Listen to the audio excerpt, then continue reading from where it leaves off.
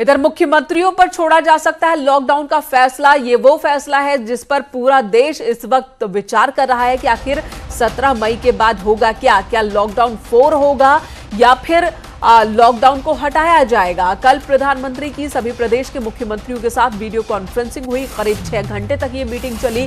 कई प्रदेश के मुख्यमंत्रियों ने अपनी बात रखी। उसमें उत्तर प्रदेश के मुख्यमंत्री ने जो अपनी बात रखी है वो ये कि फैसला केंद्र सरकार पर छोड़ा है। 15 मई तक रणनीति बनाकर सभी राज्य दे अपनी सुझाव, अपनी राय दे, ये प्रधानमंत्री ने कहा।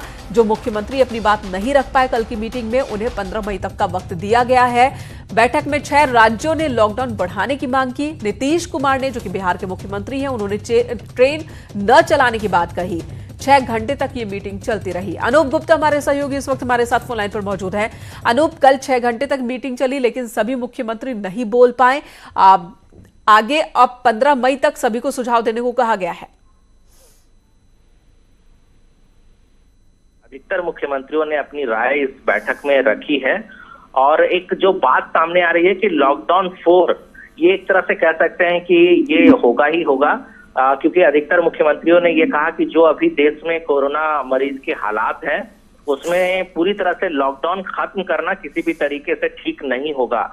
लेकिन साथ ही में सभी मुख्यमंत्रियों ने ये भी कहा कि कमर्शियल एक्टिविटीज को ज्यादा से ज्यादा खोलने की कोशिश करनी चाहिए। और जिन अनूप, लेकिन ये बताइए, पहला लॉकडाउन संपूर्ण लॉकडाउन था, दूसरे लॉकडाउन में थोड़ी ढील दी गई, तीसरे लॉकडाउन में थोड़ी और ढील बढ़ा दी गई और डे बाय डे हम देख रहे हैं कि चीजों को खोला जा रहा है।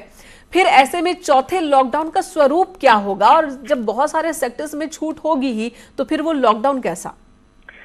देखिए, मैं इनका सबसे बड़ी बात है कि कल प्रधानमंत्री नरेंद्र मोदी ने जिस तरीके से एक चुनौती शब्द का इस्तेमाल उन्होंने किया और उनकी पीड़ा भी साफ तौर से दिखी। जिस तरह से उन्होंने कहा कि वो चाहते थे कि लॉकडाउन में जो लोग जहां हैं वहीं रहे, उसके बावजूद ये मनुष्य का मन है, उसकी वजह से फैसला बदलना पड़ा। और चुनौती सबके सामने है, केंद्र सरकार के सामने भी है और राज्य सरकार के सामने है। सवाल सबसे बड़ा ये है कि सभी राज्यों के मुख्यमंत्री और प्रधानमंत्री, केंद्र सरकार चाहती है कि कमर्शियल एक्टिविटीज खुले। बिल्कुल अनूप, लेकिन जो बातचीत कल की रही मीटिंग और उसे देखकर कुछ ऐसा ही लग रहा है कि लॉकडाउन चाहते तो बहुत सारे राज्य हैं लेकिन जिम्मेदारी नहीं चाहते हैं इसकी, और केंद्र भी चाहती है कि अब राज्य सरकारें जो हैं वो जिम्मेदारी उठाए और राज्यों को लगता है कि केंद्र जो फैसला करे वही हम करें, यानी कि जिम्मेदारी नहीं लेना है। और यही वजह है कि जो संकट है वो बढ़ता दिख रहा है अब। अनूप, धन्यवाद इस वक्त पूरी जानकारी देने के लिए। तो पहले लॉकडाउन में, संपूर्ण लॉकडाउन में जितने भी फायदे देश को मिले हैं वो अब बहुत सारे जो जानकार हैं कह रहे हैं कि लॉकडाउन में और ढील मिलती है तो वो तमाम कवायदे जो हैं उस पर पानी फिर जाएगा।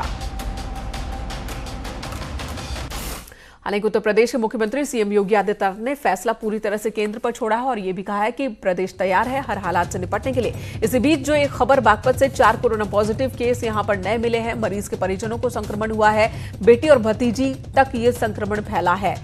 तो ये एक बड़ी खबर आ रही है जहां पर बागपत में 4 कोरोना पॉजिटिव और ये चारों जो है वो एक कोरोना मरीज के परिजन हैं। तो पहले एक शख्स कोरोना से संक्रमित होता है और उसके बाद ये संक्रमण उसके परिवार में फैलता है। बेटी और भतीजी भी अब कोरोना से संक्रमित हैं।